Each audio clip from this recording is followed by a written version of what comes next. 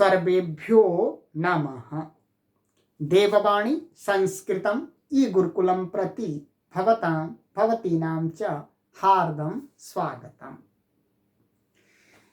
मित्रों, आज हम लघु सिद्धांत कौमुदी के समास प्रकरण की 28वीं कक्षा को पढ़ेंगे। अभी तक हमने आपको 27 कक्षाएं पढ़ा दी और जो भी हमारे पाठक महानुभाव इस लघु सिद्धांत कौमुदी के संपूर्ण समास प्रकरण को ऑनलाइन अपने घर पर ही बैठे बैठे पढ़ना चाहते हैं, वे सभी पाठक महानुभाव देववाणी संस्कृतम ऐप को प्ले स्टोर से डाउनलोड करके आराम से पढ़ सकते हैं। और अधिक जानकारी के लिए आप इस व्हाट्सएप नंबर पर संपर्क कीजिएगा, आपको जानकारी उपलब्ध करा दी जाएगी। चलिए मित्रों, अब हम अपनी कक्षा का आरंभ करते हैं। गत कक्षा में जो हमने पढ़ा था उससे आगे चलते हैं। देखिए मित्रों, मैंने आपको गत कक्षा में ऊर्या दिच्चडा चश्च ये सूत्र पढ़ाया था और इसके अंदर ये एक वार्तिक था, वार्तिक कई हैं, तो एक वार्तिक को मैंने आपको अच्छी प्रकार से समझा दिया था और इस वार्तिक को आप भी अच्छी प्रकार से स्मरण रखेंगे। इसका प्रयोग होता है और साहित्य में, और आपको कोई भी पूछ सकता है प्राचार्य में समास क्या है, प्राचार्य में समास क्या है, तो क्या आप समास करेंगे। बहुत व्यक्ति उस समय कंफ्यूज हो जाता है। तो अब ये मैंने बता दिया, प्रगतः आचार्यः प्राचार्यः और प्रादयो गताद्यर्थे प्रथमया से इसमें समास होता है। ठीक है, अब आ जाइए मित्रों वार्तिक। दूसरा वार्तिक है अत्यादयः क्रांताद्यर्थे द्वितीयया। सरल अर्थ है कि अत्यादि जो निपात हैं वो क्रांतादि अर्थ में होंगे तो उनका द्वितीयांत समर्थ सुबंत के साथ समास होता है और वो समास कौन सा होता है, तत्पुरुष समास। ठीक है, देखिए अतिक्रांतो मालाम इति विग्रहे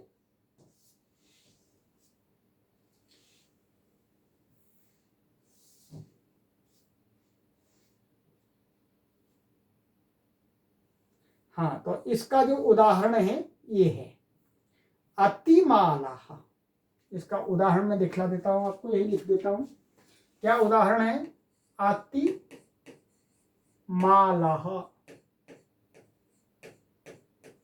ठीक है, ये उदाहरण है और इसका अर्थ है कि माला जानते हैं आप। ठीक है, माला माने फूलों की माला।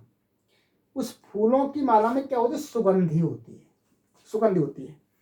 तो उस सुगंधी वाली माला को भी अतिक्रमण कर दिया है, अर्थात उससे भी और कोई बढ़कर के सुगंधित पदार्थ है, उसको क्या कहा गया है,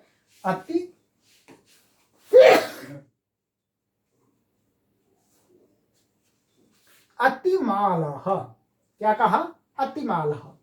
तो इसलिए क्या विग्रह किया, अतिक्रांताः मालाम इति विग्रह। ये क्या है, ये लौकिक विग्रह। तो माने ये वास्तव में क्या है, नित्य समास है। तो अतिक्रांतः माने अतिक्रमण कर दिया है माला को, अर्थात माला की सुगंधी को भी अतिक्रमण कर दिया है जिस दूसरे सुगंधित पदार्थ ने। वह सुगंधित पदार्थ यहाँ कहलाया जा रहा है अतिमाला। अब देखिएगा, यहां पर आपको कुछ समझना है, ये समझना है क्योंकि अभी इसमें और सूत्र लगेंगे। समास तो इससे होगा, ठीक है, समास किससे होगा, इससे होगा। अब ये अतिमाला हमको बनाना है तो इसका जो हम लौकिक विग्रह ये है अतिक्रांतः मालाम इति विग्रह। अब देखिएगा आ जाए, इससे आगे एक सूत्र है बताने जा रहे हैं, एक विभक्ति चापूर्व निपाति। ये हमको देखना है। ठीक है, ये देखना है तो इसके लिए हम यहाँ आइए देखते हैं, पहले बोर्ड पर आते हैं। ये लीजिए,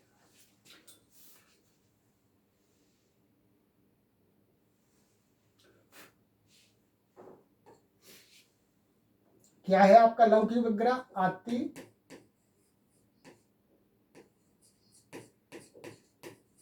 क्रांताः मालाम,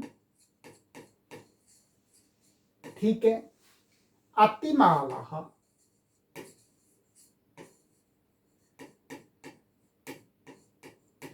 ये इसका एग्जाम्पल है इसका, ठीक है, अतिमालाः। अब देखिएगा, अब हम इसका करेंगे आपका अलौकिक विग्रह, क्योंकि ये तो लौकिक विग्रह है, तो अलौकिक विग्रह अब हम इसका करेंगे।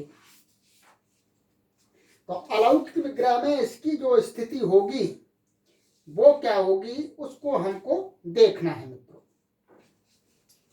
देखिएगा, अति,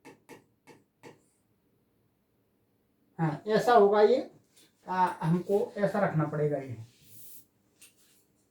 मालाम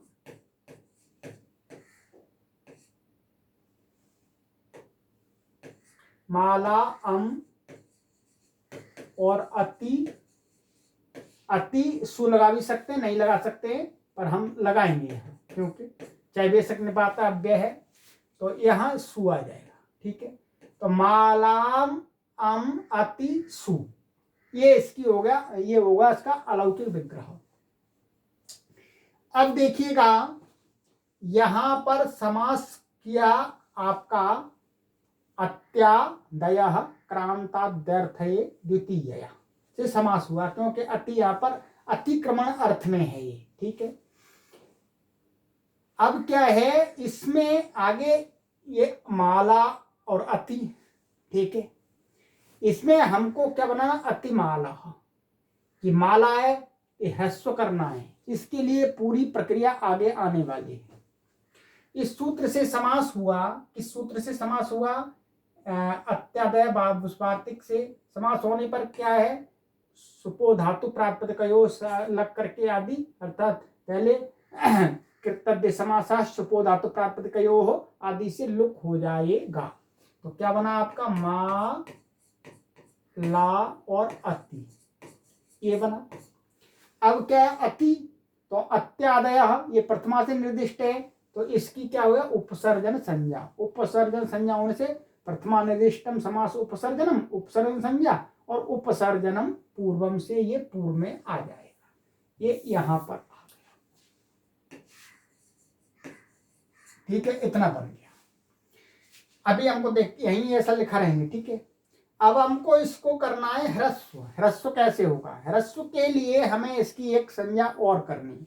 जिस प्रकार से इसकी अति की उपसर्जन संज्ञा है, इसकी भी उपसर्जन संज्ञा करनी है, परंतु उपसर्जन संज्ञा करेंगे कैसे, क्योंकि इसको कहने वाला पद तो उस वार्तिक में द्वितीय माने तृतीयांत से निर्दिष्ट है, तृतीयांत तृतीय व्यक्ति से निर्दिष्ट है, इसलिए इसकी उपसर्जन संज्ञा कैसे होगी, तो उसके लिए आगे हमें आचार्य वरदराज महाराज जी महर्षि पाणिनि का एक सूत्र बताने जा रहे हैं। एक विभक्ति चा पूर्व निपाते, ठीक है, बहुत ये आपको थोड़ा सा यहाँ समझना होगा, ध्यान देना होगा, तभी ये सूत्र आपको समझ में आएगा। ये थोड़ा सा आपको हो सकता है विचित्र लग सकता है ये सूत्र।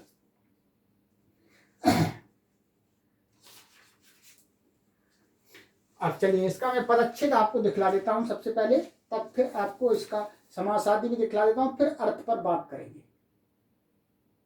आइए,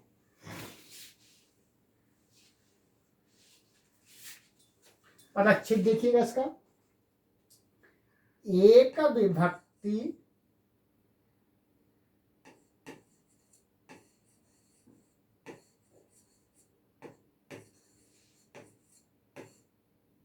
ये क्या, प्रथमा विभक्ति एक वचनांत, ठीक है, च अव्यय पदम, और अपूर्व निपाते, क्या है, अपूर्व निपाते, ये क्या है, सप्तमी विभक्ति एक वचनांत, राइट। अब देखिएगा इसमें समास देखते हैं। ये तो विभक्ति मैंने पदच्छेद दिखा दिया आपका। अब इसका समास देखिएगा। समास है एका चासौ विभक्तिश्च एक विभक्ति। ये एका चासौ विभक्तिश्च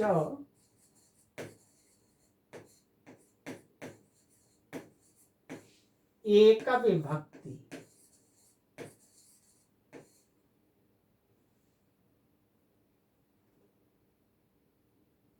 हाँ, ये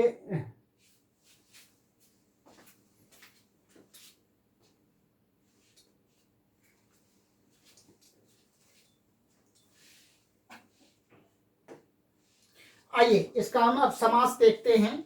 समास देखते हैं। एका विभक्ति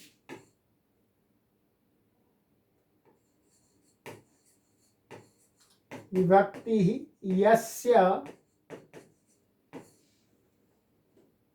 तद एक विभक्ति।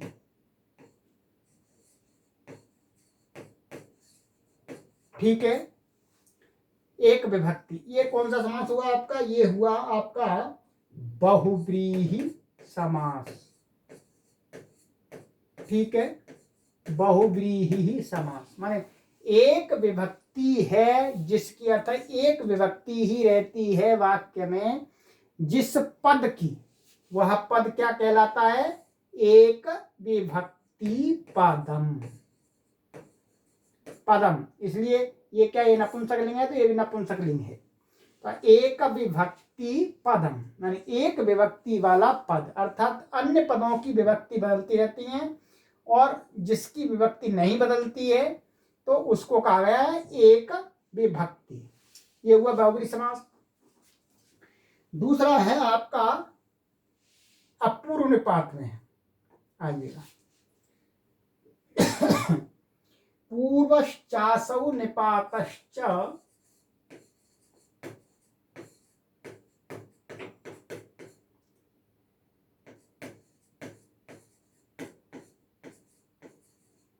निपातश्च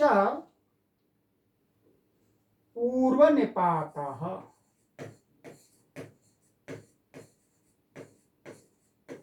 ठीक है, और न पूर्व निपातः अपूर्व निपातः।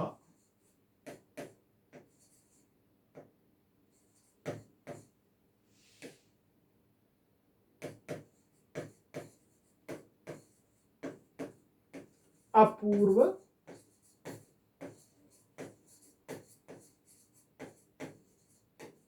निपातः, राइट। यहां पर इसमें कर्मधारय तत्पुरुष समास हुआ आपका, कर्मधारय।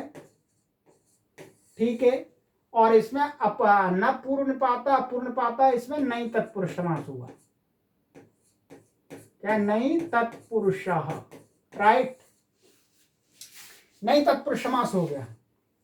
तो ये समास हो पूर्व निपात, अर्थात तो पूर्व में उसका पढ़ना माने पूर्व में उसका रखना, और ना अपूर्व निपाता माने पूर्व में उसका नहीं रखना। अब आ जाइए इसका अर्थ देखेंगे।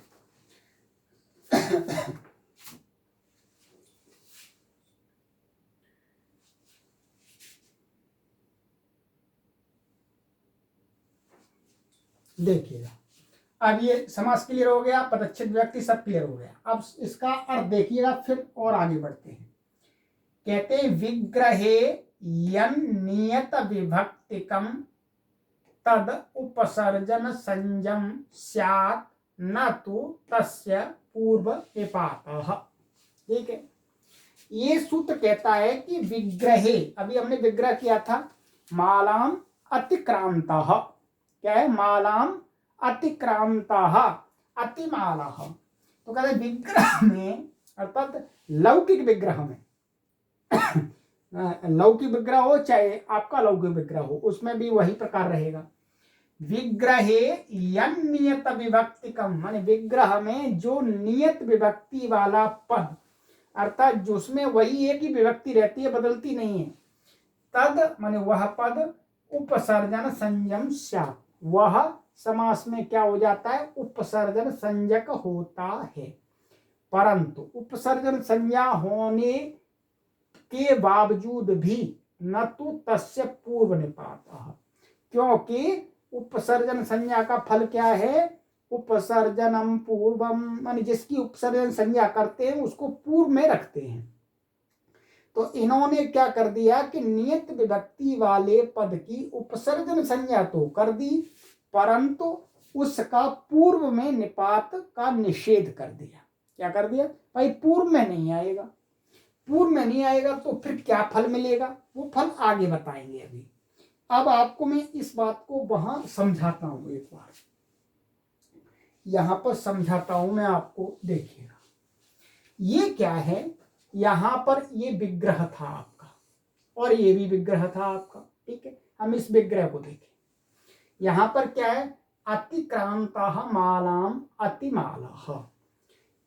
अब इसका हम दूसरा वाक्य बनाएंगे, अतिक्रांतम मालाम अतिमालम, ठीक है।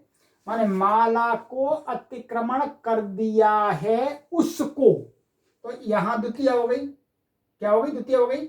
अतिक्रांतम, यहां में बदलता रहूंगा, लीजिएगा यहां पे, अतिक्रांतम मालाम अतिमालम। अब यहां पर क्या होगा आपका, अतिमालम समास होकर के, माने माला को अतिक्रमण कर दिया उसको। अब ऐसे अतिक्रांतेन, अतिक्रांतेन मालाम अतिमालेन,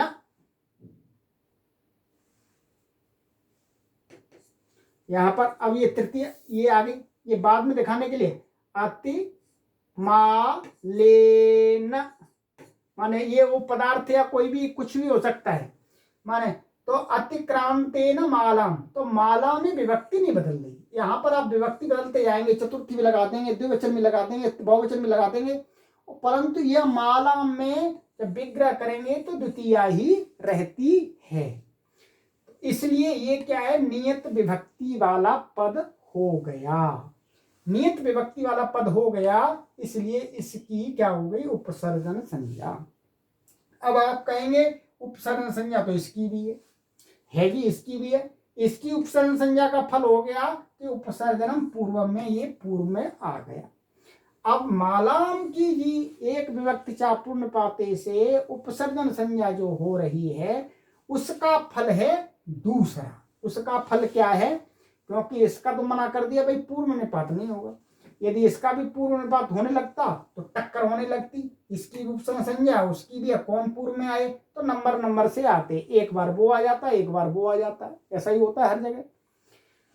तो ऐसा नहीं हो, यहां उपसर्जन संज्ञा का दूसरा फल है, उसके लिए आचार्य वरदराज महाराज जी हमें सूत्र दिखाते हैं, गोस्त्रियो रूपसर्जनस्य, ठीक है। देखिएगा क्या है, गोस्त्रियो रूपसर्जनस्य,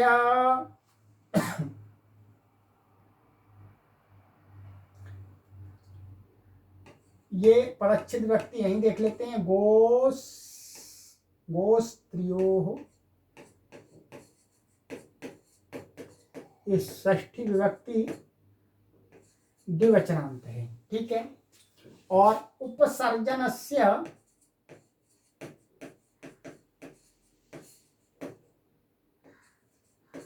ये षष्ठी विभक्ति एक वचनांत है, राइट। क्या षष्ठी विभक्ति एक वचनांत। अब इसमें एक समास है, इस समास को भी चलो कर लेते हैं, आपका समास भी कर देंगे, समास यही देख लेते हैं हम इनका। देखिए, गौश्च स्त्री च गौस्त्रियौ, तयोः गौस्त्रियौ, गौ स्त्रियोः, तो इसमें कौन सा समास हो गया आपका? इतरेतर योग द्वंद्व समास। ठीक है, तो ये गौश्च स्त्री च गौ स्त्रियौ तयोः गौ स्त्रियोः। राइट, चलिए इतरेतर। अब आ जाइएगा इसके अर्थ पर। उपसर्जनम यो गोशब्द या विसर्ग आएगा अलग, स्त्री प्रत्ययांतम च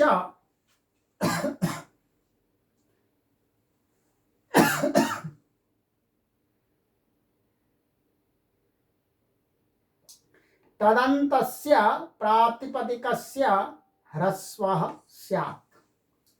ठीक है, कह रहे उपसर्जनम यो गो शब्द स्त्री प्रत्यांतश्च होना चाहिए।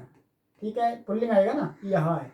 तो उपसर्जन जो गो शब्द उपसर्जन अथवा स्त्री प्रत्यांत वाला कोई शब्द उपसर्जन संज्ञा है जिसकी, तदंतस्य माने उस तदंत वो शब्द है जिसके अंत में तदंत पूरे प्रातिपदिकस्य, प्रातिपदिक जो प्रातिपदिक है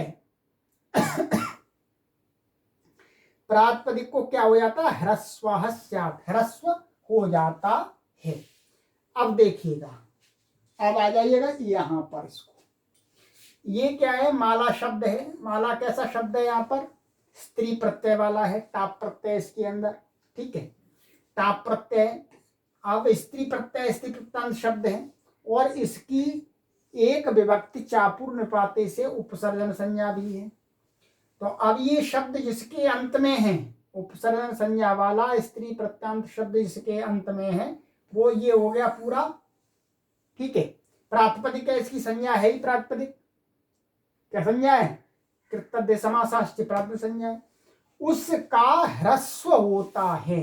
अब ह्रस्व कहाँ होगा? अलो अंत्यस्य से अंतिम अल को होगा। अंतिम अल क्या है? आ। तो आ है आपका, ये आपका आ है। तो आ को ह्रस्व क्या होगा? अतिमाला, ये हट जाएगा आपका, ये ह्रस्व हो गया। गोस्त्री और उपसर्जन से क्या है? उपसर्जन, इसकी उपसर्जन संज्ञा भी है और स्त्री प्रत्यांत भी है और प्रातिपदिक भी है और अंत में भी है, सब घट गई सर, तो ह्रस्व हो गया। तो अब क्या बन गया? अति, ये अतिमाल। और अब ये पुल्लिंग को कहेगा तो इसलिए पुल्लिंग है यहाँ पर अतिमाला। तो यहाँ पर सु आदि स्वादि उत्पत्ति करके रुत विसर्ग करके क्या बन गया? अतिमाला। ठीक है, ये इसका मित्रों उदाहरण बना आपका अत्यादयः क्रांताद्यर्थे द्वितीयया। ठीक है, एक विभक्ति चापूर्ण पाते। आप थोड़ा सा इसमें अपना थोड़ा सा ध्यान पूर्वक इसको सुनिएगा। अर्थात विग्रह वाक्य में जो नियत विभक्ति वाला पद होता है उसको क्या कहा गया है? उपसर्जन संज्ञक। ठीक है, और उपसर्जन संज्ञा कहने के साथ साथ में उसके पूर्व निपात को रोक दिया। अपूर्ण निपात, पूर्ण निपात तो उसका नहीं होता है। क्या होता है ये दिखा दिया। गोस्त्री और उपसर्जन से माने स्त्री प्रत्यांत उपसर्जन का ह्रस्व हो जाता है। तो ये क्या बना आपका? अतिमाला बन गया। तो मित्रों आज की कक्षा में मैं आपको इतना ही पढ़ाऊंगा। ये वार्तिक आपका एक वार्तिक मैंने पढ़ाया। इस वार्तिक को आपको अच्छी प्रकार से समझ लेना है। अत्यादयः क्रांताद्यर्थे द्वितीयया, अर्थात क्रांतादि अर्थ में, क्रांत माने अतिक्रमण अर्थ में विद्यमान जो अति आदि निपात हैं उनका द्वितीयांत समर्थ सुबंत के साथ समास हो जाता है। चलिए, तो अच्छी प्रकार से आगे की कक्षा में मैं आपको ये कुछ वार्तिक और हैं इनको पढ़ाऊंगा। ये वार्तिक हैं आपके, और भी जितने भी वार्तिक हैं यहाँ पर इस समास के वो सभी पढ़ाए जाएंगे। चलिए मित्रों, इस कक्षा को मैं यहीं विराम दूंगा और आगे की कक्षा में आपसे मिलता हूँ। ये हमने 28 पढ़ ली है, आगे की कक्षा 29 होगी, 29वीं होगी। अस्तु, सर्वेभ्यो नमः।